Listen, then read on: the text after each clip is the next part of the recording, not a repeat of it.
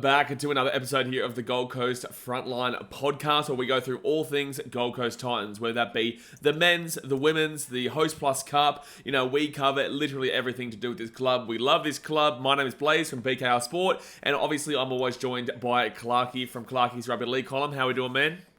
Yeah, g'day, mate. I'm really excited for this podcast. Excited but nervous. I feel like I've actually got a lot more positives to say than I do negatives, but I do wonder if that's my glass half full versus glass half empty optimism out view on the season. But in a way, there are some negatives that we're going to have to talk about. For everyone wondering... Well, I hope we don't have to talk about them. We can just have a really positive podcast here and just think about the future and what it's going to be like under Desi. We don't have to think about the negatives, man. You know, let's just pretend they didn't happen, please. To be fair, there is probably only one game this year. I'm sure you know exactly which one I'm going to be alluding to, that I'm really frustrated about when I took my notes regarding our season. But for the rest of it, I took the good with the bad, and I'm proud of my team at the end of the day, regardless. So to everyone listening and wondering what we're talking about, we're going to go through and break down the entire Titans NRL season, NRLW next week, as well as something else, because that season is obviously shorter than the men's. So we're going to break it down into different periods. We're going to kick it off with the season start period, which we're deeming rounds 1 to 6. Then we look at the pre-origin period, rounds 7 to 12. We look at the period during origin, rounds 13 to 17. The post-origin period, rounds 18 to 21, and then what we're calling the run home, rounds 22 to 27.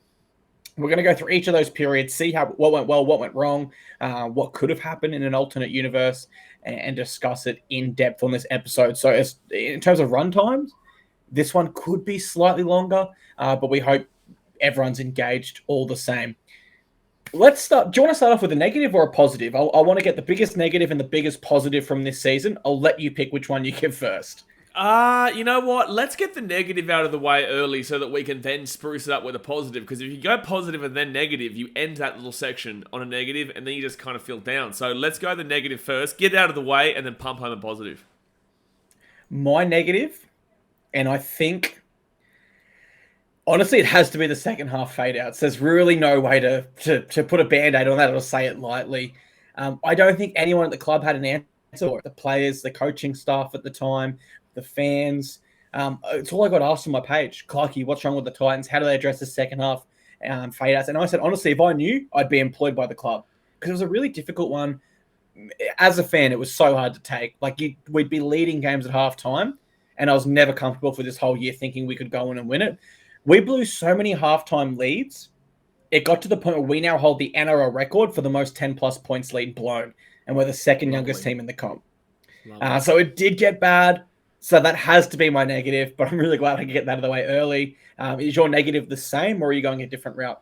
Yeah, it's going to be the same, and that's the thing with us as content creators as well, especially when we're surrounded by one club, is that I remember when I was getting a million questions on YouTube, Instagram, in person, because obviously I was at every game this year, so I had to, deal with the questions from people at our home games or even away games as to what the problems were in regards to those second half fade outs. And I guess the good thing, obviously, is that we changed it around towards the second half of the season, but yeah, it was a really harsh beginning of the year with those second half fade outs, and I think that's going to obviously be, the biggest negative. There are ones that are close by, though. There is other things that you can talk about, obviously including the Holbrook sacking and whatnot, which obviously we'll get into at some point today. But yeah, the second half fade-outs were really demoralising because from myself and my perspective, right, as a fan who goes to the games, everyone who goes to the games, you'll normally see, obviously, especially with me, I welcome it, but you have banter with the opposition. When tries are scored, you're celebrating, they're unhappy, they're either, talking smack to you, and then when you're up, you're talking smack back to them, right? And the good thing about that is that, you feel good about yourself. You feel like, obviously, you're winning the battle, your team is winning the battle, and you're feeling confident. Now, most teams, when they go into a halftime break leading, are pretty confident in themselves. They think, this second half we're really going to turn on again and just keep on going because we're clearly the better team here. But that obviously wasn't the case with us. And second half was a real big ego crusher. You had to really get humbled. I got humbled a lot of times this season in the stands, and the boys, obviously, they just couldn't find a way. So, obviously, I kept saying at one point, I can't remember what game was around, maybe around... I think it was the Manly game when it was at Brookvale that we'll get into a bit. But it was actually later than that because we still had some games after that we completely collapsed against. Look, I can't remember. Maybe around the West Tigers game when we won 28-12. But I just remember saying to the vlog, which I don't even know if it made the cut, but I kept saying, like, come on, man, just give us this moment. Just give us this one moment, because it's just to know that you've got the opposition fans about to come for your head when the other team scores and ultimately wins a game, i.e. Bulldogs. It really is a harsh one to take in person. So, yeah, the first half of the season with the second half fade-outs is absolutely the biggest negative for me. It was legitimately excruciating too, because not always, but sometimes at games, people might recognize me from my page, and naturally then they're giving it even more. And if I... Welcome to my life, man. Exactly. Welcome to my life, man. If I react in any sort of negative way, then I'm the bad guy right away. But even from like a content perspective, at the Dolphins game at Suncorp, one of my friends, Jacob, who runs Tripod, another social media page, he was filming my reaction as the Dolphins were coming back. And I was playing along with it, cool, trying to make a laugh about it. But all I could think in my mind was going back to the Raiders a few years ago at GIO Stadium. We were both at that one when they came back. I was getting those vibes. Yeah, that was confirmed in that one. That was 2021, because we also in that season had the Rabbitohs come back on us when we were up 24-10 at halftime, I think it was, and the same season as Manly, who were up 20. Actually, no, this Raiders game was last. I'm kind of just going through games in the past that it wasn't just this season, and I think that's something that people got to recognise is that, and that's another thing that kind of comes down to Justin Holbrook in a way, is that when he was here, unfortunately throughout the years, we had that Canberra game, Broncos game last year. The year before that, we had Broncos, Manly with the Tom Trbojevic, and then also the other game, which was the I can't remember who the other one, maybe the Rabbitohs, I think it was. But the point of the matter is that unfortunately, this has been a part of us in the last couple of years, and it really hasn't been pretty.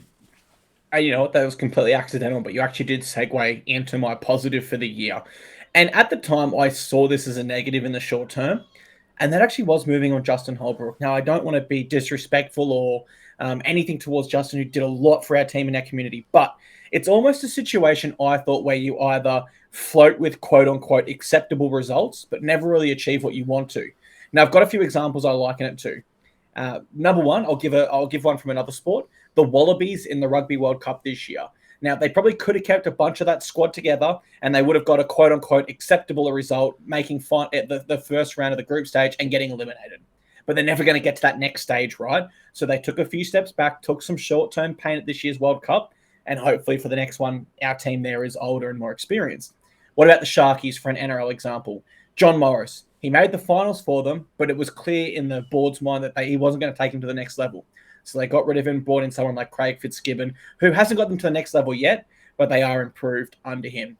So my biggest positive is we are now well postured for success in the future. We've re-signed a bulk of our young squad. We've got the leaders within that squad, such as Kieran Foran and the experience.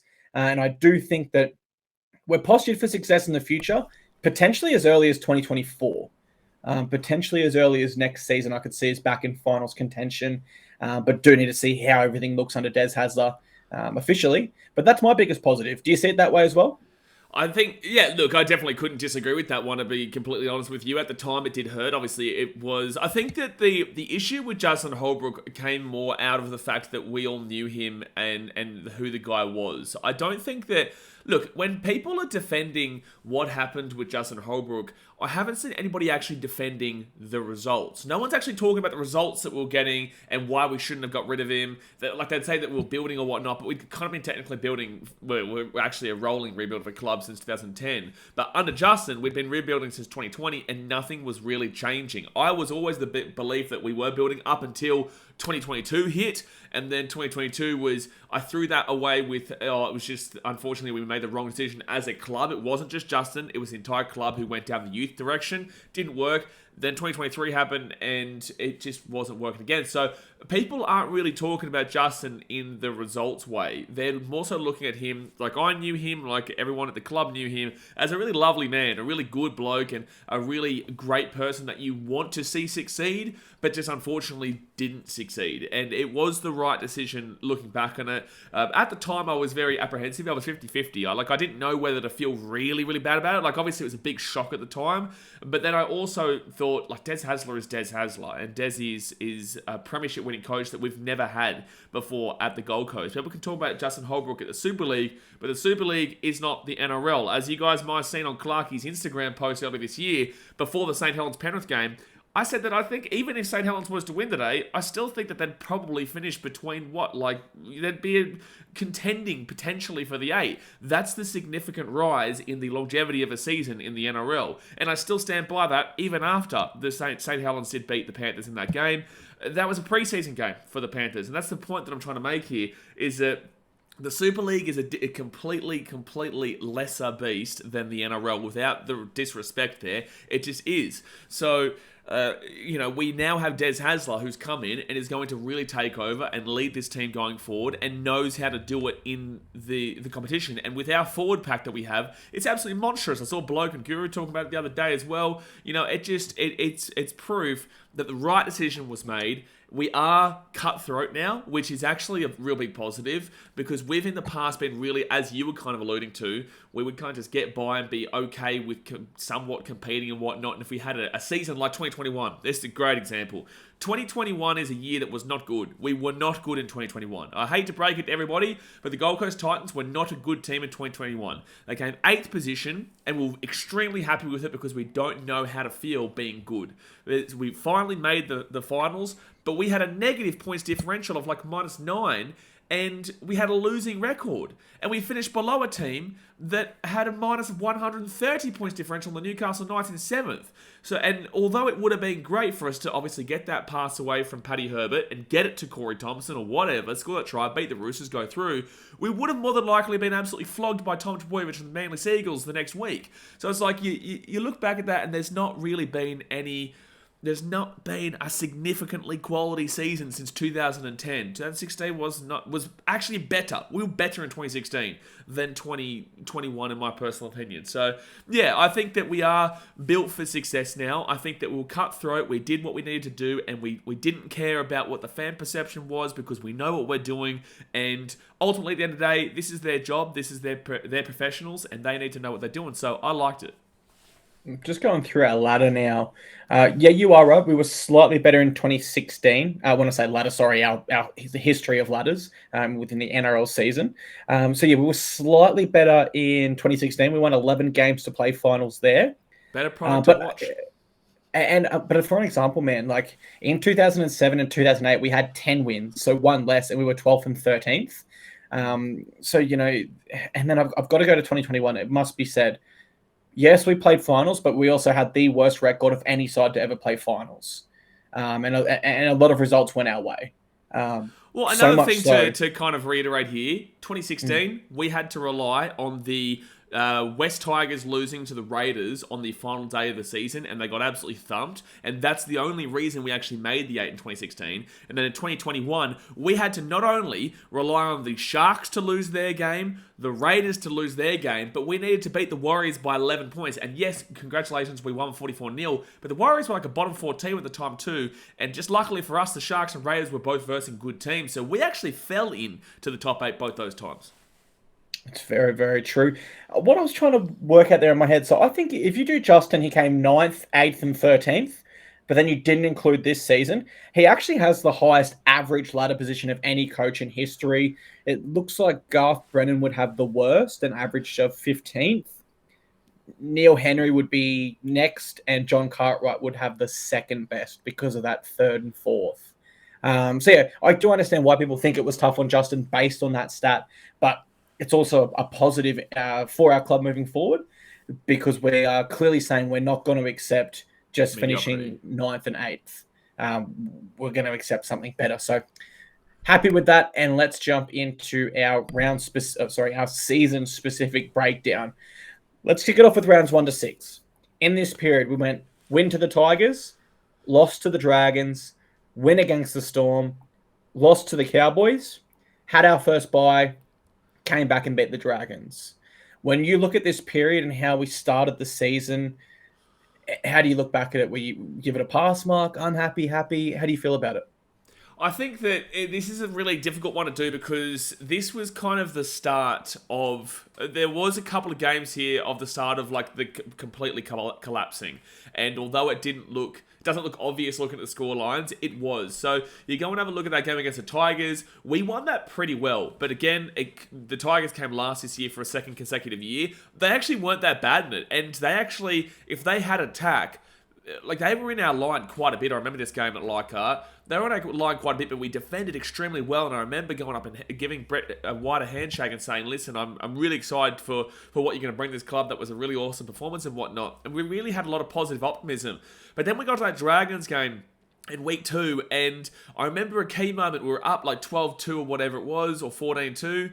And I remember a key moment of Sam Verrills going down injured. And that was a really big point of our season because Verrills was signed, obviously, to really turn our season around from last year and really provide that experience. And he's a quality, underrated hooker. And he went down. And as soon as he went down, that's when the Dragons, I think it might have even been 16-2 or something like that. I can't remember. But the Dragons just went straight. As soon as he went down, that's where they picked that hole. And they went straight through. And then as we saw with the rest of the season, the momentum obviously just really dragged it out. So that was the very start of what we should have started to notice, that we didn't know how to overturn that momentum, and the Dragons obviously ran away with that one. I think Jojo got injured in that game. The Storm game was fantastic, but it was an extremely hot day. You know, it's one of those conditioned games where there's going to be a high score. We all burnt alive inside the stadium thanks to the NRL, and it's not the first time, and there's been many games in the past. I was happy with that one, but also we got 34 points, man. So, you know, it's still, at least we got the win. But the next game is actually, out of all those first few games, because I know we beat the Dragons in round 6, but the next game is the most important one here. In the Cowboys and the Titans game up there in North Queensland, I remember Kieran Foran and AJ Brimson going down when we were well in control of this game. Like, we were absolutely going to win this game. And I truly will tell you right now, we would have won this game 13+. But Kieran Foran and AJ Brimson both go down. The Cowboys weren't looking great. And then from there, we kind of maintained our way into the game and kept in the game. But the Cowboys just took over the top of us in the end because obviously we were down on numbers and we didn't know how to turn that momentum around. And yet we still competed in it. So I would actually say, for this first part of the season, that first 6 games, I would probably still give us a nice little B. And the reason being is we won 3 of the 5 games there in that period, one of them being, obviously, Titans coming back against the Dragons and me getting into the head of Zachy Lomax. But then you go and have a look at the other 2 games we lost, and it was due to the fact that we had players go down injured during the game that was so key and influential. And you can remember as well, Sam Verrills wasn't back for ages, so that Cowboys game was also without him. The first 6 weeks, the first half of the season, was also about how many injuries were just accumulating. Let me go back to round 1. You made a really good point in regards to the Tigers there, man. They had 50 more runs than us, more run meters, more. They were better every single attacking stat. So you're absolutely right when you say our defense got us that win. The way I break down that game was I thought it loomed as a really big test because both sides came to the season looking to improve. We didn't know which side was going to improve more. I remember odds makers had it really, really tight. I think Tigers might have been slight favourites. So it was a really pleasant win. Given we haven't won it. There you go, bigger than slight favourite. That we were underdogs there. But it was really good to get a win in round 1. I think the last time you said it last week was it 2018 was our last round 1 win. Yes. Or 2017. Canberra 2018 at Seabus. There we go. Round 2, bitterly disappointing for me. We should have beaten the Dragons there. They were coming off the bye, but it was only 1 round into the season, so I'm not sure how much the bye helped them realistically. I do remember in this game, Tanner's kicking rate was well off. There was some bad kicks that went astray in that one, and that I was able to give the Dragons some momentum. But to Tanner's credit, he was under pressure then. Toby was still a very valid option for us at that stage. And Tanner recovered really well and went on to have a really strong season, I thought. You'll love this one. I've got a note here saying I also remember the wet weather conditions. Oh, I'm not sure if you remember. I just recognise what you're talking about. Just for anyone who doesn't know, Clarkey was meant to come and stand with us over on the hill at Cogra, but he was being a cat, and he said that he couldn't come over because it was raining. It literally, I can't remember a droplet of rain coming down. I remember the clouds were heavy, but I don't recall a single droplet of rain ever, Clarkey. So you're a cat. Mate, there was definitely overcast with a light drizzle. Maybe the wet weather helped the Dragons. Round 3, insane victory. Look, Storm in this one were without Cameron Munster, so they weren't full strength, but they were still massive favourites. I tipped us on a betting podcast that I do, and everyone paid out of me and said, worst tip, you're blind by your bias, no way Titans win here. And I just said, this is such hot weather footy that there's going to be mistakes, and I truly think it's a coin flip for that reason. So you take the underdog from a betting perspective. For those that aren't interested in betting, I gave us a great chance, basically. What I do remember, the Saturday 3 p.m. time slot, it needs to go. It's just legitimately too hot. It's too dangerous for the players, for the fans in attendance. Really, really nasty. I'll actually say on that, consider because I was there, and I was also there for I think it was the Tigers game, like 2017, 16, 15, I can't remember when it was, and there was also a Raiders game at some point. There has to be a stop to those 3 p.m. games on the Gold Coast at that time. There just simply has to be. It's not possible to do it, like I speak on behalf of myself, especially with the drums and the jazz and the atmosphere and going crazy and whatnot. I can tell you right now, everyone shifts up to the shade, and usually you'll see people leave anyway. However, I remember there was one game about 5, 6, 7 years ago where there were kids literally passing out in the stadium, and there was people literally, they were having to come around with water and giving people water and stuff like that. That's how hot it gets. Don't do it. It's ridiculous. And the 34-38 scoreline there is well above both sides' average conceded for the year. So it is safe to say the hot weather definitely played a part in that. Round 4, we were up to Townsville. You touched on it, bitterly disappointing. Up 8-0. Suddenly we get 2 injuries to half of our spine. And the example I give is for the Cowboys, if you take out Chad Townsend and Scott Drinkwater at that moment, legitimately there's no chance they win. That's the exact adversity we faced. And it frustrated me at the time because no external fans gave us any credit or recognized that. But I look back at this game, we should have won. Luck was not on our side. And I do remember after this game, I started to really question the Cowboys' credentials, as did you. And to be fair, we were both right. They both did end up missing the finals. Round 5 bye, not much to touch on here. I wish our buys were a bit better spread out this year. I feel like you don't need a bye after 5 weeks, but maybe it helps slightly. Well, you had to have a bye every single round at some point this year, so it just happened to be us. Yes, have to have 3 throughout the year. I would have rathered more like how the Broncos had them, where they're later in the season. As long as they're not like what Parramatta had, because Parramatta, obviously, their last bye came at the last game of the season. So it was like it could be a positive or a negative. The positive is if you've got enough points backed up and you've also got the points differential, great, you've already got to win. Or if you lose, if you don't have enough points accumulated to that point, or you need to get extra points differential, you're gone. Actually, you are literally just gone, and that's what happened with the Eels. Yeah, it really depends how your season's gone to that point as to whether it's a positive or a negative. Round 6, I was super hyped for this one. I know I don't know if you want to tell the story in the podcast in relation to Zach Lomax missing the goal. I'll give you an opportunity. Did you want to jump in and tell that story, or do you think it's best left untold? Look, let's just say, safe to say, I am Zach Lomax's daddy. I will say that. No, look, it was yeah, look, I'm not going to go too well and truly into it because everyone who obviously follows BKRsport knows quite a bit about it. But long story short, Zach got involved with the banter, couldn't handle the banter. I told him he'd miss his kicks. He missed his kicks and then got really, really salty. But at the end of the day, we won, and I also got an individual win. So it was a great time to be alive. Dude, we should have got 4 competition points for that. There was wins all over the board, baby. Yeah, I mean, strange. I love the players when they get involved in banter, but it's like when you get involved in banter, just He's because got the first try, bro. He scored the first try and was giving it to me. He was giving it to me from the sideline because I was right there. We were like, the centre is right in front of us, and we're giving it to each other. And look, I'm taking it. Like, that's what it is. I know what we're doing. And then for you to then miss the kicks and literally cost your team the game based off of what I was saying in regards to kicks, and then to act like he did it after the game. My God, man. My God. Just so sad. Just so sad. I was watching this one with a friend, and as soon as he missed that kick, and I heard the drum in the background, I was like, mate, no way. I know he has like personal banter going with him right now. That's awesome. But honestly, away from Zach Lomax, the big moment in this one was Toby Sexton. Whilst he's no longer contracted with us, he was at this point, and I'm going to look back and celebrate it. Scoring and converting with 3 minutes to go for us to get the win. I was just so happy for Toby at that moment. Like, obviously, selfishly, you go straight away, yes, we've won. This is so good for, for me, for our club, for everyone. But for Toby himself to go through such a tough season, cop so much hate, I feel like even Toby might look back at that as his best moment in a Titans jersey. Would you say that was his best play?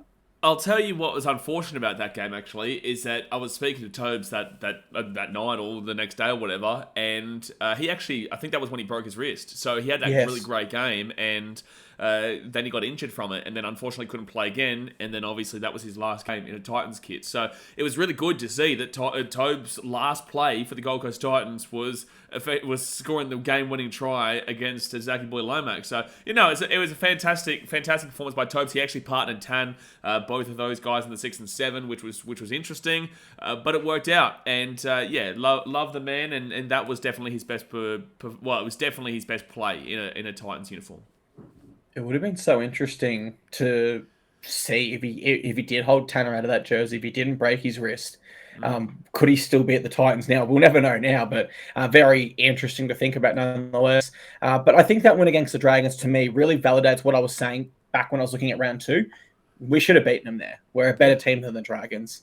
So to sum up this period, I agree even to this day. But when you sum up this period, you look at rounds 2 and 4 against the Dragons and Cowboys, and they are both games we should or could have won. No excuses for the Dragons game, plenty of excuses for the Cowboys one. If we won both of those games, we would have been equal second, but 4th on points differential. And the reason we're going to break down that at the end of each little period we review is to really show you guys how close we were this year. Like, things didn't go our way. We were unlucky. But if these things do go our way in the future and we do have a slight bit of luck, things can really turn around really, really quick for our club and our community. Especially when you're about to look and listen to the next period of the season, you will understand how close we actually were. Exactly right. This is our pre-origin period. So we're looking at rounds 7 to 12. Now, the reason we're going to look at a pre-origin period is we both feel that this can be season-defining for clubs. Some players have their minds elsewhere on rep footy. Others go to a whole new level trying to make those jerseys, whilst others just feel the pressure and can't perform at their best trying to make it or make it back to the origin level. So let's have a look at this period. We started it pretty horribly. I think that's fair to say. We had a loss to the Broncos, followed by a loss to the Dolphins. We then had back-to-back wins over the Manly Seagulls and Parramatta Eels, but then we lost to the Knights and the Bulldogs. Round 7, Gold Coast. Take me back your memories from that game against the Broncos. Yeah, I think that game was kind of... It wasn't as bad as the scoreline suggests. Obviously, we were leading at halftime, and we would have been up by more at halftime if it wasn't for a silly play that we made just before halftime. And I think it was Herbie Farnworth broke away. Reece Walsh slapped it down, and then Herbie Farnworth breaks away. I still think we more than likely go on to lose that game even without that, but that was the momentum killer. That was the changer, and later on in the season we did beat the Broncos, so maybe the game might have been changed if we didn't allow that, because we would have been up by, 8 points or whatever, because I think it was it JC, or I can't remember who it was, but they tried to kick it through and then re-slap it back, but because there was no one behind, we actually probably would have scored a try if the ball had gone through, which would have, obviously, I think we probably win the game from there. But yeah, look, it was a sold-out stadium at Seabar Super Stadium. It was fantastic atmosphere. We led at half time, but we just unfortunately let it slip, and really disappointing scoreline to give up 43 points. But with that being said, they ended up being the grand final of the season, a much different team to the past, and I truly believe that we could be on a similar trajectory to what they did this year for next year. So yeah, look, I think that disappointing one, but great atmosphere. It's always interesting for our viewers, for context. We don't compare notes before we record, and we record it mostly in one take. And my notes are almost identical the way I saw that game. The second half fade out was real, but I do think we probably go on to lose anyway, based on what we know about the Broncos now this season. But I truly felt the game was actually lost in the same play you said, where Farnworth scores on the final play of halftime. Now, Jaden did attempt that kick in behind, maybe showing inexperience there. I believe he was at 5'8" this game. Because we didn't really need the miracle play there. Like, it's probably a 3 out of 10 chance it comes off. And if it does, like you said, we're like in the box seat to win from there. But we didn't need to at the time. We had an 8 or 14 point lead at that stage. But yeah, ultimately, it's not really a game I look back on and go, oh, the fade out, or the kick from Jaden, because Broncos were so class this year, and we know how tough they ended up being. Now, this next game, I really don't want to speak about it, but I do have some scathing notes here, and I don't think any of our listeners will disagree with what I'm about to say. I'll go first for this one. And if I go too far at any stage, please feel free to stop me. Round 8 Dolphins. 26-6 at halftime. We lose. For me, this is the most disgraceful Titans game I've ever seen. I was really embarrassed to be a fan that day. You know what? I just want to clarify. I want to clarify something for you, actually, just before you go on to make it even worse. We were actually up 30-0 at one stage. We were up 30-0, right, but they took the try away from us. And then they scored, which was a 10-point turnaround there. It was the hardest game of footy I've ever had to sit through in my life. And I was there live. I know you were after. We were able to catch up after. And we legitimately, I'm sure you feel the same way, actually. We didn't see each other and go, oh, there's my good friend. I'm so happy to see him. We both thought, holy crap, what just happened? This really sucks. We were feeling it, man. The hardest game I've had to sit through. What made it worse was it was Anzac round, and we were wearing a jersey dedicated to Corporal Cameron Bard, who was one of Australia's bravest ever soldiers. And that jersey was created in conjunction with his family. It was his dad come and spoke to the club, and we just didn't show any bravery. We didn't show any integrity to our community, to ourselves. And I'm not saying this to take shots at the players. I'm sure they look back and feel the same way. It sucked for everyone. But I dead set don't have a positive to say about this game. And I apologize for being so negative, but that's how I review it. And I'm sure you probably have to feel the same way, right? People, if you're watching on YouTube, might not know this, but I have and this is a crazy thing to say, but a very, very low form of PTSD from this game. I genuinely, every time I see this scoreline, or I talk about this game, or I hear about this game, I have tears in my eyes. It was excruciating for me, and people won't really understand that to the extent when you're not a content creator. When you're a content creator and you get a result like that, and you're so for this one team, you get absolutely annihilated, absolutely annihilated for it. And I remember to this day, I can still look at my mate Dan's face and to the right of me, and the face that he gave was just, I can't even explain it. And the sadness that was around our club at that time was just absolutely dramatic. And, obviously, it's not like obviously having war PTSD or something like that on that significant level. But for me, that was an absolutely excruciating experience amongst, a bunch of Broncos fans, because Dolphins fans are just Broncos fans in disguise. For them to come back and they probably even should have scored another try, to be completely honest with you, because there was another should one. Have. Yeah, exactly. Absolutely. Right. What was Robert Jennings doing? Exactly right. After that, I thought maybe we're a chance to hang on here, but I honestly was still not confident. I still had a horrible feeling at that point, which was confirmed with the end result. Do you want to roll the video in this podcast now of your post-game reaction? No. Okay. We won't add it in. We'll throw it in, man. We'll throw it in. But I think it would be really insightful for viewers to just really remember the pain of this incident as we look forward to much brighter times in the future. Right, it does hurt, man, when you put your heart and soul into something. It does. You try your best to create entertainment. You try your best to back this.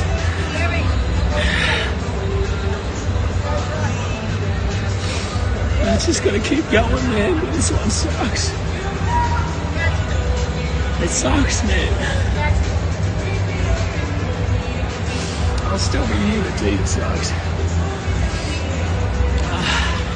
Yeah, that was a tough one. So, overall, that just shows the passion that we do have for this club, and it was a tough one, because I remember speaking to Brimo right afterwards as well, and, we could just feel, I could just feel like he was tense, and Brimo is a good friend of mine, I speak to him all the time, but it was just tense, and everyone was tense because we knew how dramatic this result was. So, we needed to bounce back from it. We really, really needed to bounce back from it dramatically. Otherwise, our season could have ended up like the West Tigers, to be completely honest with you, and we could have seen absolute heads roll. We could have seen so much stuff going on, a real tense situation at the club between fans and players and club, and just so much. So we needed to bounce back from it, and obviously, we did go and beat the Manly Sea Eagles 26-10 at Brookvale Oval the next week, which was an amazing turnaround, and there was, you can get into this as well, there was a moment in that game, and I was talking with Cleese about this actually, because he scored, I think, his first try in this game, but there was a moment in this game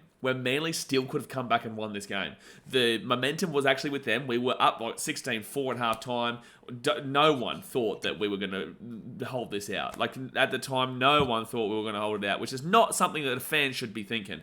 But you can forgive us for what happened the week before. And then the Manly Seagulls scored the first try the second half, and we're like, oh, here we go again. And then they had the ball 10 metres out and decided to go for a penalty. And they were down by 8.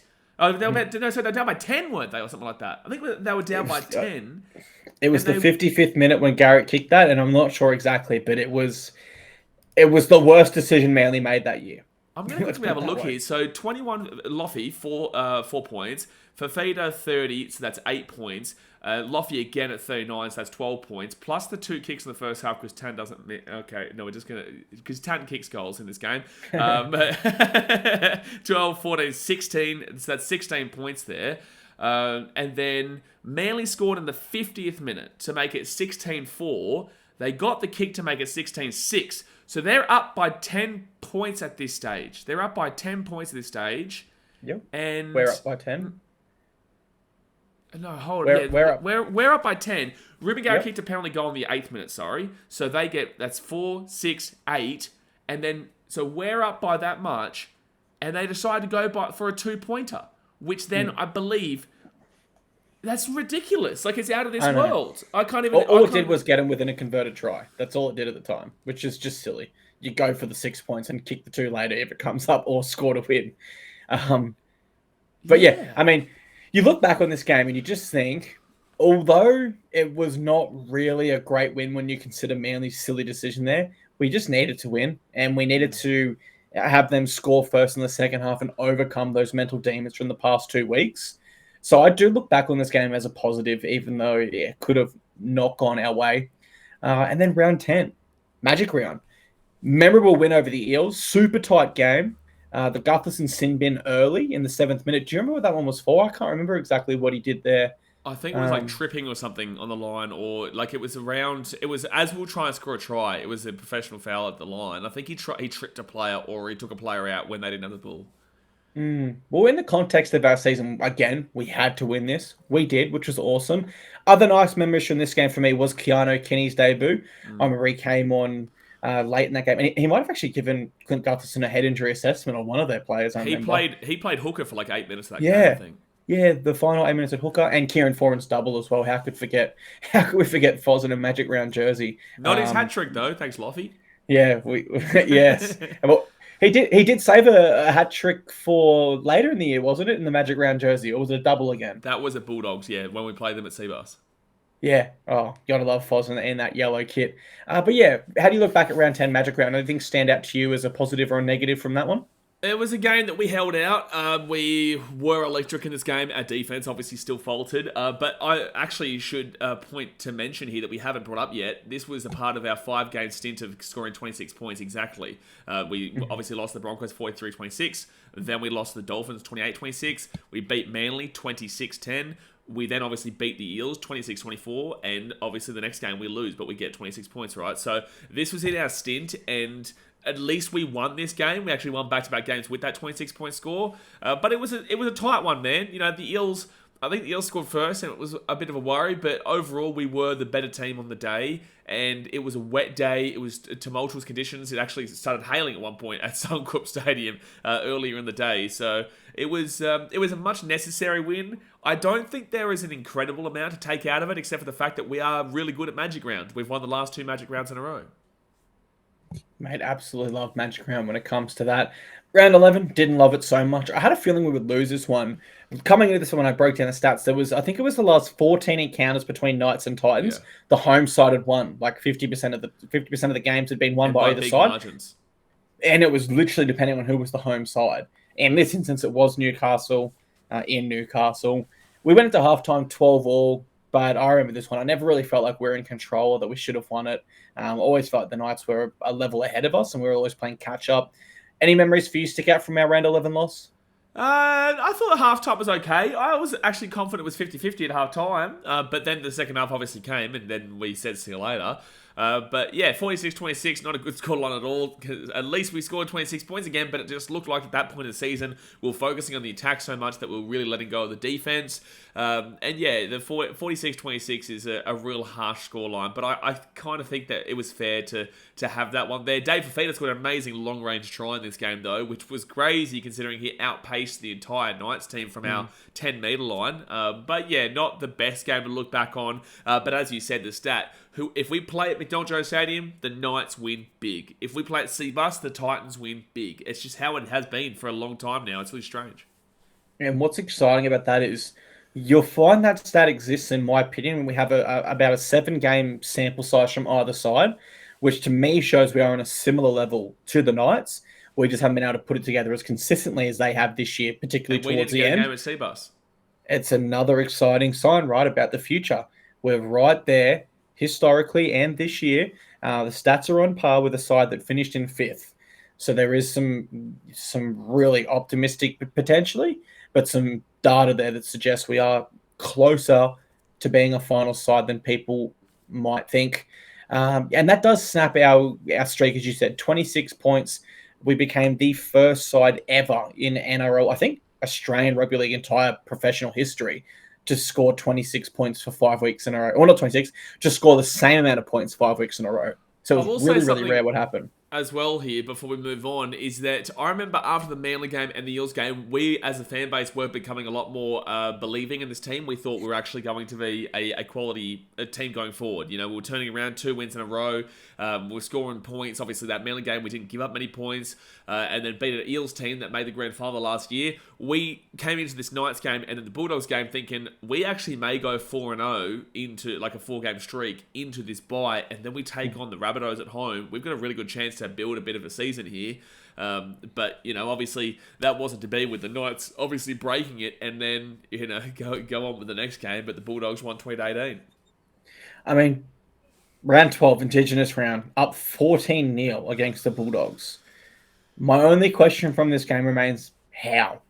I still don't have an answer. Like, how does Jaden Ockenbaugh score in the 77th minute to win it for them? Like, at that stage of Ockenbaugh's career, he was, like, statistically and perceived by fans to be one of the worst players in the league. And out of position at back row, he scores the try. This game sucked, man. It's just a game we should have won. Again, I don't have too many positives. Do you have any from this game? No, besides, you know, Bulldogs fans aren't great to deal with, especially in situations like this. But look, I think that one really was the kicker. I think that really emphasised that this wasn't going to be a good season for us. I think we can make excuses from the Knights, we can make excuses beforehand, like that's still the beginning of the season.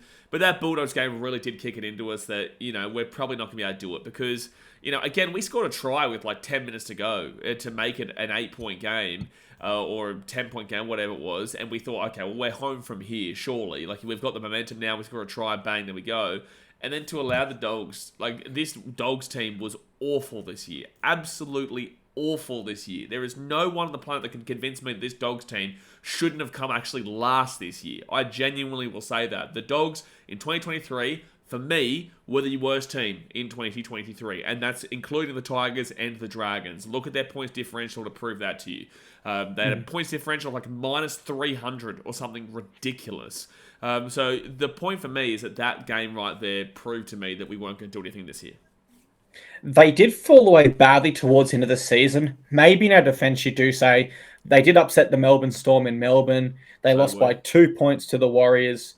1 point to the Cowboys. They lost by 4 points to the Raiders and 12 points to the Warriors. So up until they beat up, and then, the following game, they lost by 1 point to the Roosters. So they weren't as bad at that point of the season as they were later, but it's certainly a game looking back we should have won. So we get to the end of this period. Origin is just around the corner. Everyone's attention naturally turns there. Looking back, I think we both agree we should have won the Dolphins game and the Bulldogs game. Officially, at this stage, we sat in 9th. But if you give us those 2 wins, guess where we're equal to on the ladder? Not our exact position. What are we equal to on points? I'd probably say equal first, because I remember we're having this conversation earlier in the year. Yeah, man. We were equal first on points, but fifth on points differential. Like literally one result going our way to potentially being first on the ladder. Yeah. And like these games that we're saying if we just won aren't ridiculous things. They're both 2-point losses there in games we should have won. One we're up 14-0 at halftime. The other one we're up by 20 points at halftime. You know what I mean? Like, and you just give us those two. I remember having this conversation at the time. I remember saying, like, and nobody else, no other fan base is ever going to listen to us. They're going to be like, oh, you're just salty, blah, blah, blah, blah. I said, well, listen, you give us the Dogs game, you give us the Dolphins game, and, you know, those two games right there, and you want to give us those two games that we really should have won, the Dragons and Cowboys. I'll take away the Dragons if you want to call me salty, but I definitely want the Cowboys game if it wasn't for Foz and Brimo going down. But overall... Well, then we're outright first. Exactly right. Because when I'm saying we're equal first there, I'm saying if we got those 2 wins from that period. I'm not including I'm not including the theoretical wins from the previous period. If you apply one of those 2 wins from the previous period in conjunction with the Bulldogs and the Dolphins, we would have been outright first. How insane is that? Yeah. Insane. It just shows you we have the team here. We just need Desi to put it together. Exactly, and I see so many questions, guys. Who do we need to sign? Who should we sign? What do we need to do to become a finals team? And it's like we are so close if you just break it down and take a really close look. If they listen to the podcast, man, they'd know that we say this. We say we don't actually need to sign anybody. Like we really aren't in a position that I saw there's a podcast question today in the Facebook group, but we don't actually need to sign anybody. We've got the team, maybe a 13, maybe. But with that being said, like Aaron Clark will still do an absolute job there. We've got we've honestly got one of the best 4 packs in the business. So I'm really not concerned about signing anybody. We've got the team here. We do, and when you look through premiership winning sides of the past, not everyone's a superstar. Players step up and play above their level of which they're signed or expected to. You've only got to look at the Panthers side of the last few years and the amount of players that have stepped up as they've grown as a side. Like Scott Sorensen arrived there as respectfully an NRL reject. No one else really wanted him. Ivan Cleary saw something. And it's the same for a lot of our players now. Like the players that people perceive to be just out and out first graders, but nothing more, which Aaron Clark would fit into that category. He can go to like a genuine rep level as we grow as a team together. So it's really, really exciting. Origin period, a great period for you and I as Queenslanders, rounds 13 to 17. During this period, we were fortunate. We did only lose a handful of players at stages. We lost Fodawaker, Fafita, Tino, and Brimson, all representing us on the Origin stage. It could have been Bowie Farmer as well. It would have been. He was that close last year. You had to give Bowie a run. Really excited to have his return this year. That's one thing we're not going to touch on this podcast. We probably should. The amount of injuries we had this year. There's a lot of injuries. I'd love to find somewhere. I'd love to find somewhere online that really broke them all down for us. That would be awesome. But officially in this period, we lose to the Rabbitohs. We get a win against the Tigers. We have our 3rd bye. Now, we had that bye in round 16. So there's still 10 games to go before we get another break, which is pretty bad timing for a 3rd bye, especially when you consider we had one just 2 weeks as well. And so that is my observation from this period. Having our byes so close and at times of the season that didn't really benefit us. Now, obviously, it's just luck of the draw, but fingers crossed we get some luck there next year in regards to the byes. Yeah. Round 14. Saturday afternoon, Gold Coast, prime attacking footy conditions against the Bunnies, which is their strong point. I've got to admit, I fully expected us to lose this one, and we did. So I wasn't disappointed. It was a game where we gave ourselves a chance. Like, we weren't fully out of it, but not a big enough chance. The Bunnies always seem like they were in control. So I look back on this one, and I'm happy to admit, at this stage of the season, I think Bunnies were equal first, and they were just too good for us on the day. Did you see it that way as well? Yeah, that was one of their last wins of the season, the Rabbitohs, actually, which is crazy to tell you. But yeah, look, I thought this game was the exact same as the Brisbane Broncos game with Seabus. I thought we both played, the Titans team played the exact same way in the first half for both games and the exact same way in the second half. Latrell Mitchell was actually out for this game as well, as he was out for pretty much the entirety of the second half of the season. Because I actually had good banter with him in regards to that game. We had a bet going, but unfortunately he wasn't able to kick. He wasn't playing. But yeah, look, the way I wrap that game up is I say that was the exact same way as the Broncos. We led at halftime, we fell apart in the second half, and we just simply weren't good enough. So that's why when I went back before and said, oh, you give us these 2 points here and there and there, I didn't include the Broncos game because we were just simply beaten in that game, and the same goes here for the Rabbitohs. Yeah, completely see it the same way there. Let's go to round 15. Now, respect for the Tigers, given we just lost to the Bunnies and to the Bulldogs before that, into the Knights. So we're riding a 3-game losing streak. We just had to win this one, and the Tigers aren't on our level. They weren't this year at all. So we had to win to stay in the title chase. Little did we know at the time, this was actually our last game under Justin Holbrook. Yeah. My memories from this one, Tino was fired up, man. I remember he smashed Bateman. He was playing his best game. I actually did a post. I had him as my MVP, of course. He was the best on ground. And I said, Tino had some bone-rattling They're going efforts to today. Refer to Api Saikotowisau. They're going to man. Yeah. And the people came after me. I was just quoting the Rugby League Live 2 commentary where Bossy goes, bone rattler when you do a big hit. Yeah. But people literally thought I was having a shot at Api.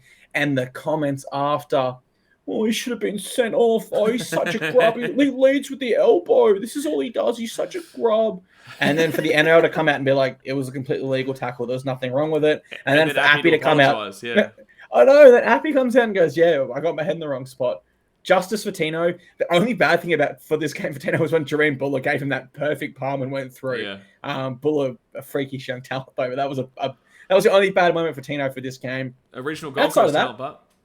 Yeah. Well, outside of that, we had Brimo back in this one, which was awesome. Still no foreign, and Dave Fafita was out as well with those lingering concussion concerns, I believe it was. So, all in all, a really great win. Any other memories you've got to add to those?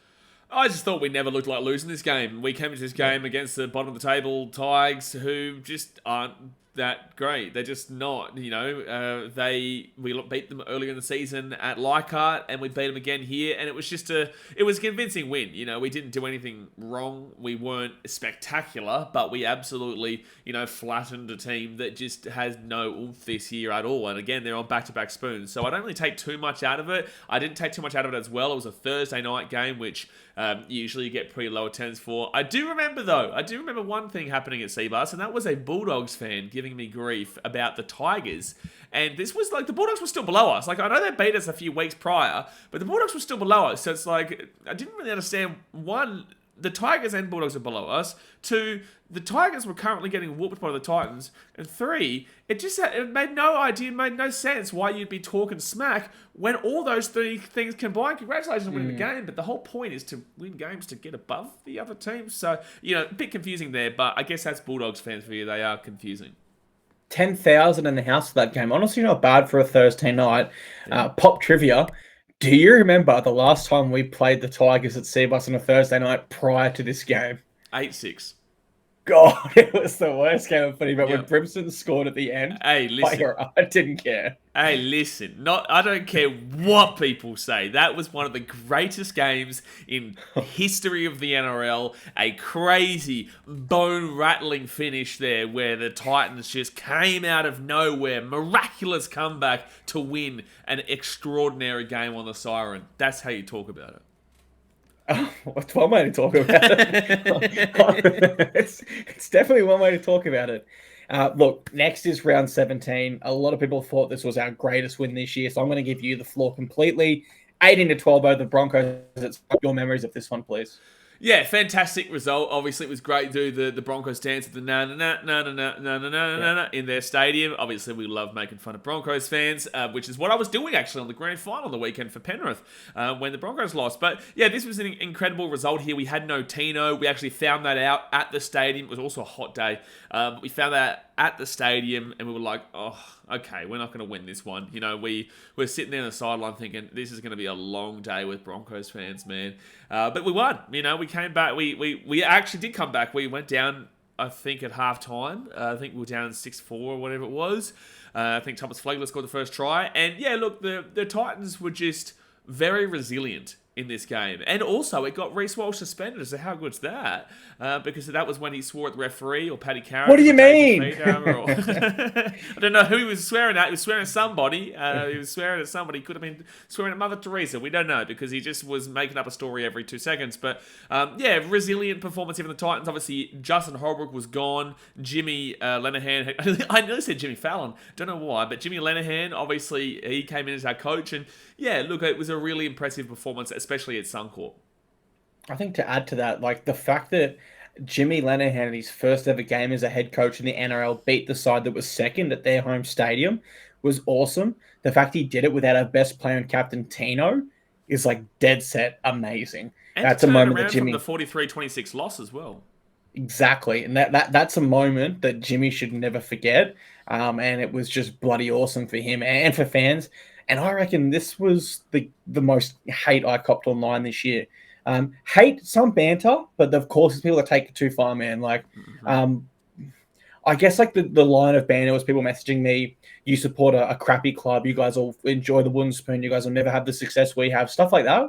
But then there was like Broncos fans that were like genuinely insulting me.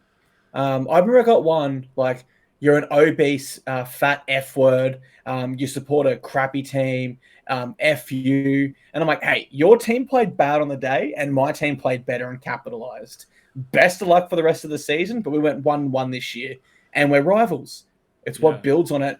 Don't take this too far. Oh, Broncos fans they're very much the epitome of we can talk smack to you, but when you talk smack to us, you are the villain. You are the villain, but when we talk smack to you, it's okay for it. Broncos fans are the epitome of it. That's why I'll double down, I'll triple down, I'll quadruple down. I don't care, Broncos fans. You all suck, you all stink, your stadium sucks, Scum Corp, Brisbane sucks, you've got a river that is sewage that surrounds your city. I don't care, man. I don't care. I'll always, and guess what? The last time we played, we beat you. So man up and take the L and go back to your sewage-filled city, and that's all that'll be done.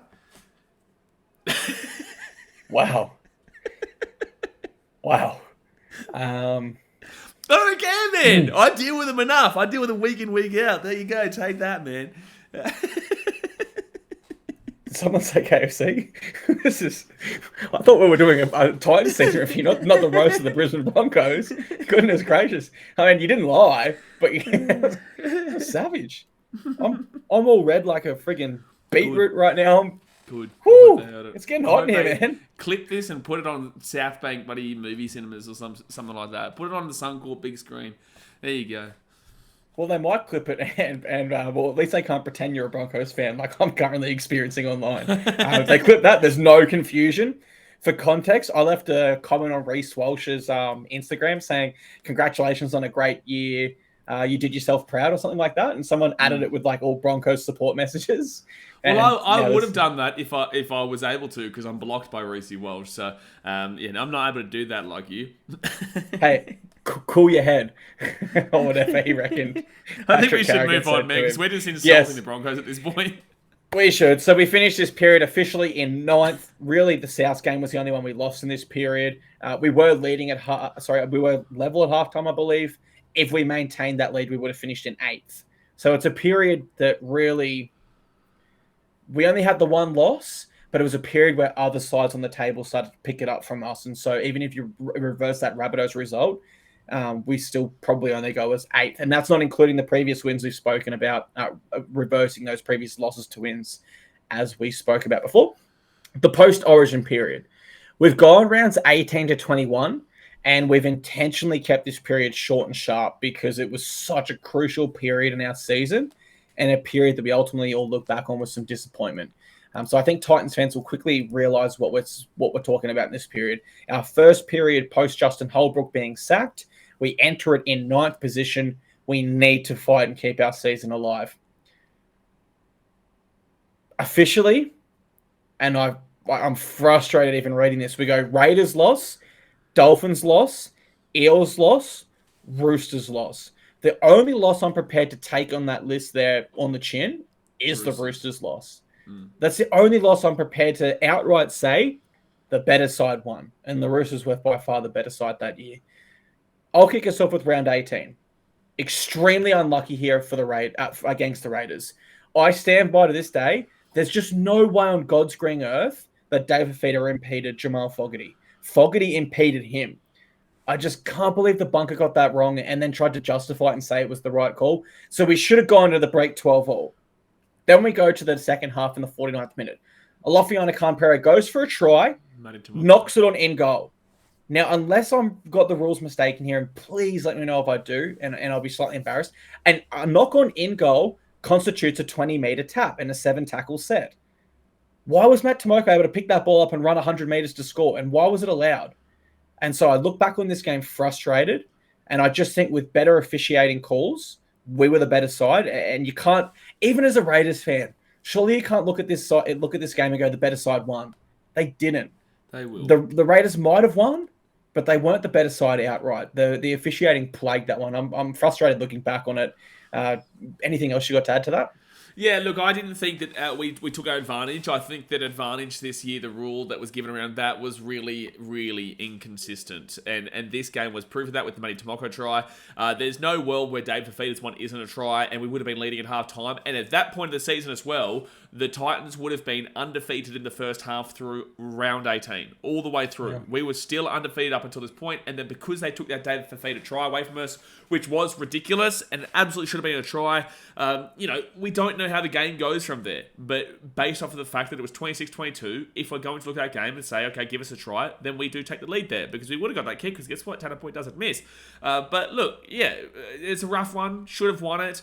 I disagree with the results, but what can you do? What can you do when you've got, unfortunately, and Casey Badger in the bunker? I'm not a big fan of Casey Badger, just like I'm not a big fan of many others. People can say, oh, you're sexist because it's a woman referee. No, it has nothing to do with that. I just disagree with her overall decisions. Don't you worry, I can name many men referees who are just as bad, if not worse. But the point of the matter is that I disagree with her, and we actually have quite a few games towards the end of the season, and including the women's grand final, mind you, that had really...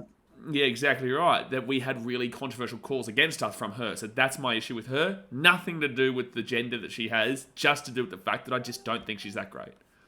That's it, man. You take gender out of the equation. Like, as soon as you said that, my mind went straight to the strip in the grand final, which I disagreed with as well. And, we're fans, we're passionate, we're going to call that out, whether it was a male, female, or a monkey in the bunker. We don't care. We're going to call it out, right? This is where I get really, I could swear. I won't swear for our younger audience. I feel like I'll let you go first, but when we talk about round 19 and round 20, we've got to talk about it together for the refereeing inconsistency. We lose to the Dolphins by 2 points, and then we lose by the same call not being called that was called a week ago for the first time to the Eels by 1 point. So when you look at those two games, man, how do you look back on them? I just want to reiterate as well, though, that we actually lost to the same call against us, but twice in the Eels game, because there was actually 2 offside calls that probably should have been made there. And the NRL obviously officially admitted that was the incorrect rulings on the game. But yeah, look, obviously the Dolphins game... Look, this was a really tough one to kind of deal with, because there were so many inconsistencies in this game regardless of that big moment in extra time that never got called until that point, and then they made an emphasis on that point and really reiterated it throughout the week. And this is why we combine these two games, because they're kind of the same game. And then you go into that round 20 game against the Eels, and they decided to not make the point against the team that the point was just made for. And it was just it was outrageous. These two, if you want to take away that Dolphins game and give them the win, fine. But you have to give us the Eels game. Or you give the Eels the game, and then you say that we were robbed against the Dolphins. There's literally no argument for there is the right rulings for both these games here. It's either one and none, or both, or it's just outrageous. So I remember a time in the Dolphins game as well, where we had the ball and there was an obstruction. We went down immediately on the spot, gained no advantage. They called a penalty against us. That was early in the first half. The second half, the Dolphins, they're going for a try. There was an obstruction. They didn't go down for another 5 meters. They actually gained about a 5-meter advantage from it. Oh, sorry, I'd say 3 meter. I'm being a bit over the top there. 3-meter advantage from it. No penalty was given. It was right there. No penalty was given. And then they went out and scored down the right-hand side. And that was what obviously sent the game to extra time. So the point of the matter is that I just don't get how these inconsistencies can be so dramatic and so frequent, especially when it was in a 2-week span and we got done it on both sides of it. That's the thing that's most frustrating. No matter how you slice or cut this as an NRL fan, we should have won one of those games. You can't have us lose both if we're going to be consistent. Regarding the obstruction there, I believe it was Cody Nikorima. And I also believe in this game there was an instance where the Raiders, they took more of an advantage than Khan Pro did the week before, and the NRL called it back and gave them another shot. Whereas Yes, in our that's case right. against Yeah, the okay, Raiders, they allowed them to go 100 meters and said, no, you took advantage. Yeah. So there was just inconsistencies. Look, ultimately, the biggest call in this game goes to the Aaron Clark offside. I think it was in the 74th or 84th minute in extra time. Now, was he offside? Yes.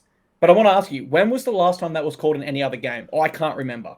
No, exactly right. We were all saying this at the time. That never gets called. It never, ever gets called because we see it all the time. We see it week in, week out. Whether you say that's right or wrong, whatever, but we see it week in, week out. You want to know when I saw something like that should have been called that wasn't? 2021 final against the Roosters. Jared Rea-Hargrave stands offside in front of the play of the ball and stands there to block Sam Walker to get a free kick there. Yeah. That is a penalty. Again, it's not called. Stuff like this just isn't called in the big moments. Aaron cops it there. Fair enough. Let's take it on the chin as a club. The referee made the right call under pressure.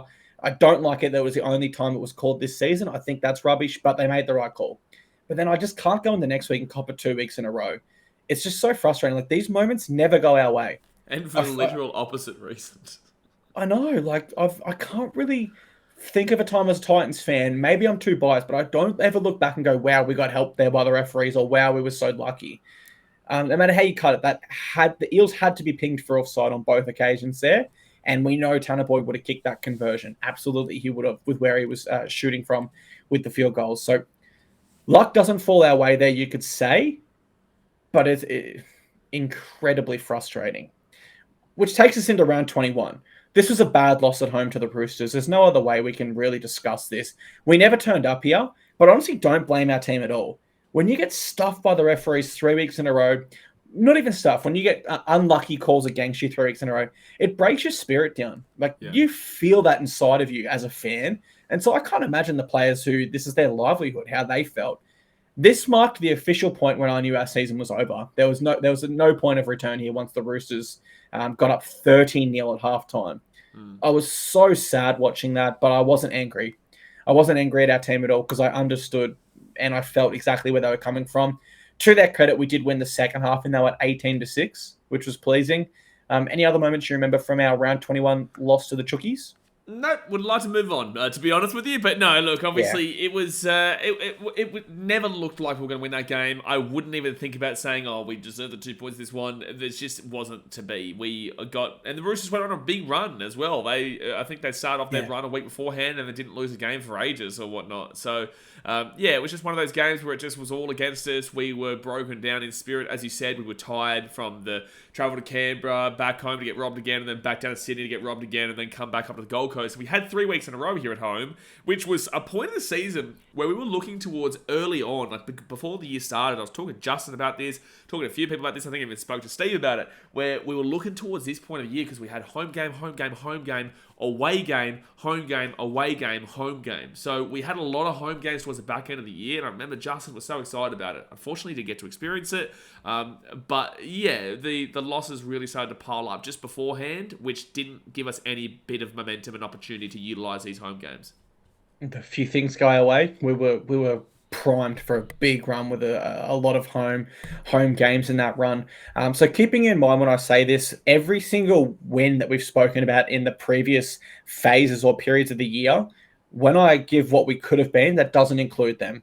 I just feel if you want to add them all together or if you want to add half by the end of the year, we're a top 4 side. It's as simple as that. But just to look purely at each period, we finished this one sitting in 14th. I feel like if you give us the Raiders game and then you give us either the Dolphins or the Eels, we move to 10th. So it doesn't improve us too much. But there is a world and possibility where we do win all 3. We do need calls to go our way, right? We're in 10th. We're in 10th, and we go into a home stretch with the potential of making the 8 still. Absolutely, and the point I'm making there is if you do give us all 3 of those games, we actually move to 8th. So we're at 10th if we agree we should have won one of the Dolphins or Eels and the Raiders, and then you give us one of the other games from the rest of the whole season we've gone through, moves us to 8th. I know it might sound to some listeners that we're making a lot of excuses or being too optimistic, but I really hope for others that they're seeing the value of what we're breaking down here and how just these little moments throughout an entire season, or not even an entire season, throughout moments of a season go our way. We are this close, guys, and we need to stay firm as a community and stay firm in our belief behind our club. Just quickly jumping in here before we move on, we do actually have some breaking news with the club. The Gold Coast Titans are partnering with the Ipswich Jets for 2024. The official email just went out now for 2024 season, so that's pretty exciting. Okay, so the Ipswich Jets, let's quickly have a stop and look at the ladder. So this is for next year, is it? Yeah, or the year following? Yeah, no, for 2024 season. So obviously we're still trying to get this Host Plus Cup team in for 2025, but like as in like the Titans one itself, but Ipswich Jets 2024. I am looking at the... You don't want to look at what they did in 2023. They didn't win a game. They got 4 points from the 2 buys. Yeah, they didn't win a single game, but you've also got to add in the fact that we need to put players in to... We can't have one club, because if we have Tweed, the current contracted players are Tweed, and then adding in the guys from Burleigh, there's more than 10. You can only have 10 specific NRL players contracted to a team. So we had to have 2. We don't get the Titans team in this year, 2024. That will come in next year. So I've noticed that on that it says 2024 season we're partnered with Ipswich. So it's only 1 year. So that's a real telling sign. And then we can diversify our talent. I'm looking through their team list at the moment. I can't see any NRL players listed within their lineup. Is that because they weren't partnered with an NRL team last year? Yeah, that makes sense. I mean, that makes sense, man. You've got standard reserve grade players going up each week against, sides like the South Logan Magpies. It's like literally half an NRL side of talent there. So, you know what? I'm prepared to give the Jets another chance here. And as you said, it would have been too unfair to have us completely stacked Tweed.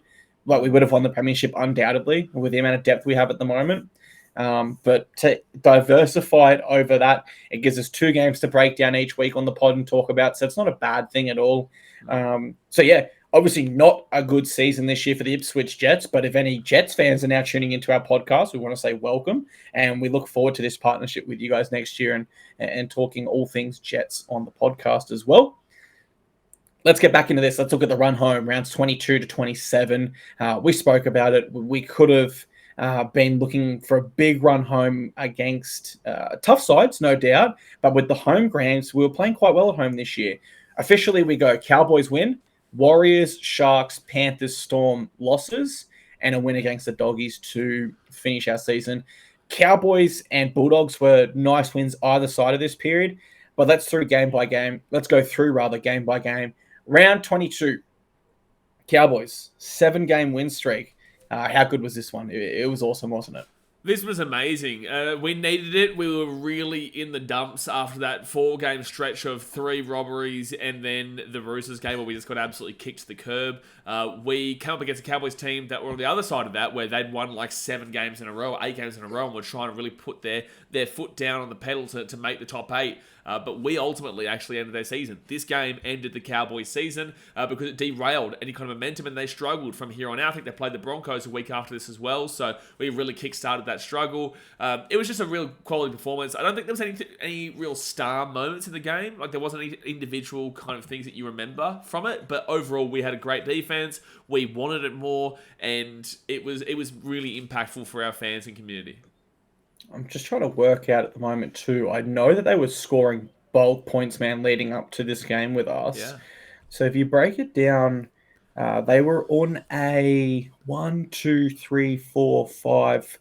6-game win streak when they met us, looking for 7 in a row, and they were averaging 35 points per game. We held them to 13, but where it gets even more impressive is we held them to 0 in the second half. And that's the big thing I take away from it. We snapped a side that was riding a 6-game winning streak, scoring 35 points per game, and they couldn't score a single point against us in the second half. So that was really, really pleasing, and this was one of my favorite wins during the year. We looked around down 12-10 at halftime, weren't we? I believe we were down, yeah. And we had to come back in this one. We were down 10-13. Townsend kicked that field goal right before halftime. Yeah. And we had to come back, and not only did we come back, we came back and held them to 0. So a really, really high point in our season against a side that was just on fire. This win actually gave me a lot of belief looking forward to round 23, which was the Warriors game. And I still stand by, if Fodawaker is not sent off and only sin bin in that, I think we're going to win. That's the longest time a team has had to play in the modern era with 12 men that I can remember. Jaden Campbell's try in the 53rd minute is my high point from this game. Possibly the most hyped Titans try I've ever seen. I've said it a few times now on the podcast. I literally passed out from a rush of blood and jumping up to scream. So that was a really, really high moment. I just think that, look, in the case of Fodawaker, 16 minutes and he's sent off. It was the third send-off this year. There was a rugby game before in relation. It was Nathan Brown from the Roosters. Prior to that, the only other send-off this year was a 6-game suspension from Jacob Saifidi, where he literally took someone's head off. Fodawaker should have been sin-binned in this. I'm not arguing that. It was a sin-bin for sure. It was contact to the head. Wasn't a send-off. He got suspended 1 week, whereas the other send-off was 6 weeks. Basis of consistency, we were very, very unlucky there. I want to know, do you agree with me? Do you actually think that if Fodawaker is just off for 10, we go on to win this game? Mate, we had a chance to win this game. He was off for 65 minutes or whatever it was. We had a chance to win it. We were 18-18 with 7 minutes to go, and we were actually down 18-6 after 4 or 5 minutes into the second half with Jackson Ford scoring a try. The Titans came back on this one from 18-6 down, and we were tied. Yeah, like I said, with 7 minutes to go. So I was really impressed by this. I definitely believe that we win this game if Mo doesn't get sent off. I think that it was really incredibly harsh and controversial. And the only reason that people really believe that it was a send-off is because in rugby union, it's a send-off. And unfortunately, whatever, most Warriors fans, obviously being Kiwi, really love the rugby side of the game. So they didn't actually understand that it probably shouldn't have been a send-off. It should have been a sin bin. And no one was actually arguing for it not to be anything. But a lot of Warriors fans were like, any contact to the head is a send-off and blah, blah, blah. And they were making rugby union terminology terms.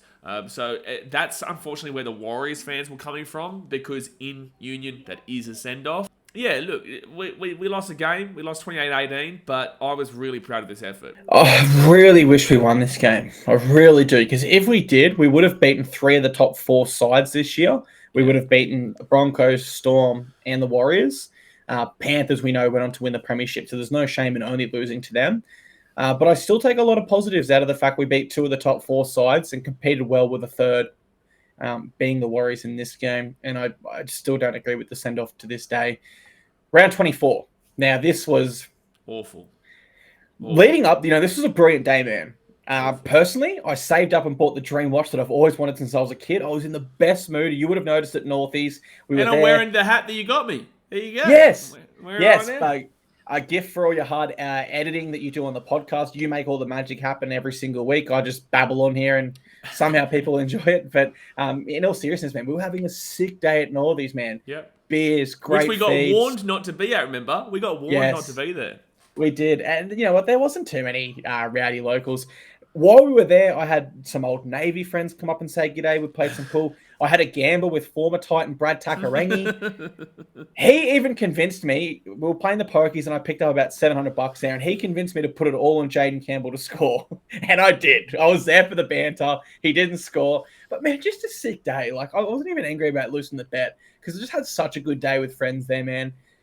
The afternoon went downhill very, very quick. This was our worst performance of the year, potentially, if you consider the full 80 minutes. There were lower points, but based on the full 80 minutes, this is our worst, man. This is just awful, man. All I can think is playing so long with 12 men the week before really took it out of us, but we just weren't there in this one. We didn't show up at all. We shown up. We were louder than the Sharks fans. Oh yeah, we were loud in the Sharks fans. I even had a Sharks fan telling me to crash my plane on the way back to the Gold Coast, which was fun. And some lady abusing us because we were louder than the Sharks fans. That was actually abusing you, and then I defended you, and then her and her boyfriend started going at me. It was a fun night. Yeah, real fun night. Awful performance. Yeah, real awful. But it was a good day. Yeah, it was a great day. There's no positives to take out of this game. This was honestly the exact same game as the Roosters game. Yeah, I'd agree with that. We were just blown off the park and simply beaten by the better side, which brings us to round 25-26. This is a tough part of the season to review. Exact same game. Usually we've got some positives to say in between, but round 25 and 26, I agree with you. I see them both the exact same way. I can combine my thoughts of both of these simply as we played really good for 60 minutes, but we were beaten by the elite sides as they were looking forward to finals in the final 20. My biggest highlight from both games was Cleese Haas's try against the Panthers. That was awesome. That's a moment Cleese will never forget. I stopped watching because we won 6-0. Yeah, I turned it off as well. So it was great to get a win over the Panthers there. Now we know they went on to win the premiership. Yeah. But in all seriousness, do you see it the same way? Like, I'm just happy that we competed for 60 minutes, right? Against two super quality sides. Overall, yeah, we were very competitive for 60 minutes. We actually had a really good chance in that Storm game to come back and win it. Like, you look at the score lines and they go, oh, it's a blowout. It wasn't actually a blowout in either of those two games. The Titans really gave it a crack against the Panthers. I think it was 22-14 with like 15 minutes to go. And then unfortunately we did fall away. And the same thing happened in the Storm game. It was kind of the last 10 minutes. And they had a lot of hype coming from the little Mullerman, little puppy coming back into the game in Pappenhausen. But yeah, look, I was impressed with both these performances on its merit. Scoreline, not great. And we said this every time. The scoreline made us feel a bit about a decent performance. And both of them were the exact same. So yeah, look, we lost. You wouldn't say we deserved the 2 points in either of them, but definitely a foundation and platform to build from. Round 26 was still a good time. Like, I didn't expect us to beat the Storm at Amy Park anyway. We had the members function. Ultimately, it was still a night full of smiles and laughs. I think we probably had more smiles between us than that Storm fan in front of us had AFL games on his phone and beers. For those that aren't aware of what happened. Oh, no, you put it on your socials as well, didn't you? I think I did put it on my story. Yeah, there was a Storm fan in front of us just shouting the wrong rules, watching AFL on their phone, and they had like 15 beer cans. And there was actually a moment on the Fox. They were number one. I don't know if you remember that. They kept telling us that they were number one. It's like, well, you're not. You're close, but you're not. And you haven't been for a while. That was awesome. The Fox cameras actually cut to it at one stage when they went for the conversion or something. You saw like just someone in the crowd with like 100 beers in front of them. That person was crazy. Speaking of crazy, round 27, final game of the season. We got there. This is a game that should not have been close. We should not have only beaten the Doggies by 4, but we did. And if we lost, I would have been so angry. They shouldn't have scored 2 tries in the final 9 minutes, but we won, and it didn't matter at the end of the day. So I was happy with this one all in all. I just needed to finish our season on a positive note with a win, and we did that, and I didn't really care how it come. So you could be really critical, but I'm not going to be. Are you going to be critical of that win, or are you just happy as well? Honestly, at that point of the year, man, look, I don't know. I can't speak on behalf of the club, but like, I think everyone was just done. I think we were all just, done with the year. You know, we won the game, great. I want to go home.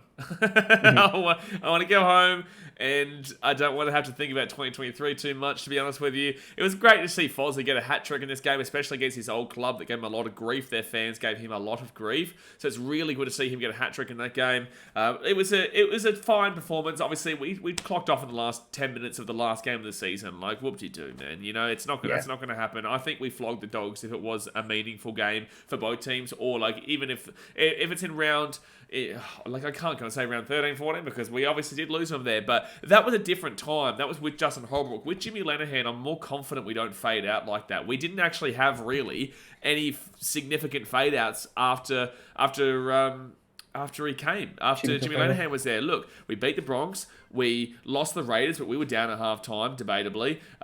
There was no fade out against the Dolphins, the Eels. The Roosters was a fade out the entire 80 minutes. There was no fade out against the Cowboys. The Warriors was the last 7 minutes, but that was due to the Fodawaker sent off. Sharks was the full 80 minutes. Panthers the last 20, Storm last 20, and then the Dogs last 10. Like, whoop-de-doo, man. You know, overall, I'm pretty confident that Jimmy Lenihan alongside Desi Hasler can really get something going with this club. Completely agree. And I also agree with your comment that I was just cooked by the end of this game. Like, I was so happy with the win, but I was ready to leave 2023 in the past and look forward to our women's side. But yeah, that is pretty much our breakdown of the entire 2023 NRL season. Officially, we finished 14th, but we do hope that we broke it down enough that people can appreciate, like, we were close to being a final side, or at least being competitive for a top 8 side. There was a log jam at the top this year when you consider, sides like the Rabbitohs, Eels, Cowboys were all on 30 points and missed out. We probably, if things did go away, some of the time would have been within that log jam as well. But it just would have been nice to give ourselves a chance. Agree or disagree? I'm going to go to you. I didn't think it was a horrible season. Ultimately, anytime you miss the top 8, it is a failed season, and I understand that, but I don't think it was horrible. Agree or disagree? I wouldn't say it's horrible by any means. I wouldn't say it's great. I'd say there are signs of greatness, but I wouldn't say it's horrible and I wouldn't say it's great. It's just a real plateaued season. I could name you worse seasons. Absolutely. 2019 comes to mind. Last year, 2022, I would actually, even though we didn't win the spoon, say last year was the worst year in Titans history. I would say last year because we had so much excitement, so much hope and belief after 2021, making the finals and whatnot. And then guess what? We didn't, and we were awful last year. So last year, and I think the club will probably recognise that too, 2019 was worse. You would argue the Garth Brennan days were just awful, throughout this club. They were worse. And you go back to the 2011 kind of deal where we came last and played Parramatta for the spoon. And we won the spoon at home that day. It was a great moment to be alive when Jared Hayne killed us. And then, hey, guess what? Jared Hayne came back to kill us about 5 years later on too. Just unfortunately, it was with our club. But yeah, look, there's been way more worse seasons. Way more worse seasons than what this year has put up for offer. And there is a lot of excitement built in throughout the year to prove that we can actually go on and do something in the future. The context is always important too. Like, we finished with 9 wins from 24 games. But in 2021, as I said, when we did play finals, we had 10 wins from 24 games. So it's actually one win less than a season where we played finals. This year to play finals, you needed 13 wins minimum. So it's the ladder is always evolving and changing and stuff like that. But I'll finish off my overall assessment for the year. If I could break it down in one sentence, whilst I'm bitterly disappointed to miss finals again, I have a lot of hope for the future. And I do believe the decisions made most notably by our club executives have us postured for success as early as 2024. Any final thoughts from yourself? Yeah, I agree. 2024 is a really, really 50-50 year. Like, we could still struggle and, be there, but not be at where we want to be just yet, based on it being Desi's first year. But there is also the flip side where Des could come in and actually make us a top 4 team this year. I genuinely believe that. Like, I believe the ceiling of this club in 2024 could be top 4. However, you're more than likely looking at anywhere between 6th and 10th. I think that even though we didn't make the 8 this year and last year, there is kind of an expectation at this club for 2024, which is kind of strange considering we've never really had that history to build us up to believe in that reputation or that foundation of winning. So we have a bit of a thought process, and I think it's more a desperation, though, to be honest with you, that Desi must work. And I do worry for this club if Desi doesn't work, but Desi must work, and I believe that he will work, and I hate that he's going to have so much expectation on himself and whatnot, but we saw what he did with Manly. We've seen that he's turned around this club, and also probably would have still been at Manly if it wasn't for the saga. We all know the saga, which, we know what's happening right now. Hopefully that doesn't impact us in our season next year. I doubt that it will, but it's going to create some fire games against Manly, that's for sure. We're going to have some fire games between Titans and Manly, that's for sure. Yeah, and I hope we absolutely pump him. When he took over the Doggies in 2012, he had 20 wins. That's obviously going to get you in the finals. And when he took over Manly in 2019, again, he had 15 wins, which if you put both of those on the 2022 ladder, 20 wins would get you in outright first place above the Panthers, and 15 wins would put you just out of fifth. Fifth. Yeah, it put you in 5th. So, I mean, he does have success his first year entering sides based on previous results. So basically what you're telling me is we're winning the comp next year, Clarkey. We're winning the comp all 3 grades. I Tweed, love that. Yep. Jets, we'll have a double chance in reserve grade. Tweed Jets in the grand final. There you go. That would actually be really cool. It's like a non-lose there. But there is a lot of hope for this NRL side in the future. Speaking of NRLW side, we don't have to hope for them. We know they are classy. They are grand finalists, and they are there to stay at the top for a very, very long time. And we'll go through their season next week. Exactly right. Next week, we're going to break down our entire NRLW campaign, talk about the highs, the lows. There wasn't many, and everything NRLW related. I think we also do an extended Q&A or something of that description for that, because the NRLW season, we're only going to get through... but you've also got to remember we've got to do the player rankings next week. So I guess we can put together the player reviews that we did for the men's, and then also the entire game-by-game analysis. And I think that due to it being, 12 games in total plus the players, I think that'll be fine.